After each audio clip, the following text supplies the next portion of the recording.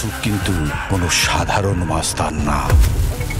ঈদের কোলাহলে যখন হলে হলে চলছে নানান সিনেমার প্রতিযোগিতা, ঠিক তখনই এক সাহসী উচ্চারণে নিজের অবস্থান স্পষ্ট করলেন ঢালিউডের আলোচিত মুখ শরীফুল রাজ।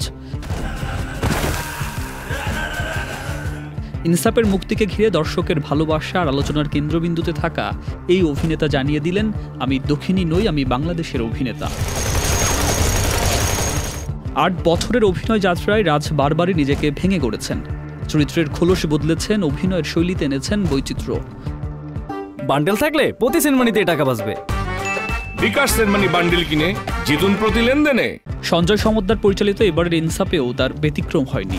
সিনেমাটিতে তাকে দেখা গেছে ভয়ঙ্কর রূপে, এক প্রতিবাদী সত্তা হয়ে ওঠার চরিত্রে, আর এই ভিন্ন রূপই যেন নতুনভাবে তুলে ধরেছে শরীফুল রাজকে। রাজ বলেন, যখন কেউ আমাকে দক্ষিণী নায়ক বলে মনে করেন তখন আমি বুঝি আমি হয়তো নিজের পরিচয়টা ঠিকঠাক তুলে ধরতে পারিনি। আমি এই দেশের সন্তান, আমার অভিনয় থাকতে হবে এই মাটির গন্ধ, আমাদের গল্প আমাদেরই বলতে হবে। ইনসাফ শুধু অ্যাকশন নির্ভর চলচ্চিত্র নয়, সরাসরি কথা বলেছে সমাজের নানা অন্যায়, অবিচার, দুর্নীতি আর নিরাপত্তার বিরুদ্ধে। নির্মাতা সঞ্জয় সমদ্দারের ভাবনা থেকে উঠে আসা এই প্রতিবাদী চিত্রনাট্য পর্দায় ফুটিয়ে তোলার চেষ্টা করেছেন রাজ। তার ভাষায়, এই চরিত্রের ভেতরে ঢোকার মধ্যেই আমি খুঁজি আমার শিল্পী সত্তাকে, এটাই তো আমার কাজ, এই চেষ্টাতেই আনন্দ।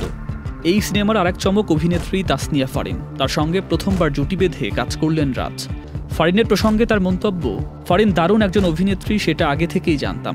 এই সিনেমায় তার সাহসী চরিত্র দর্শকদের মুগ্ধ করেছে। আমি চাই ও আরও বেশি সিনেমায় কাজ করুক, কারণ ওর ভেতর থেকে দুর্দান্ত কিছু বেরিয়ে আসবে। সুকান্ত সরকার, চ্যানেল আই।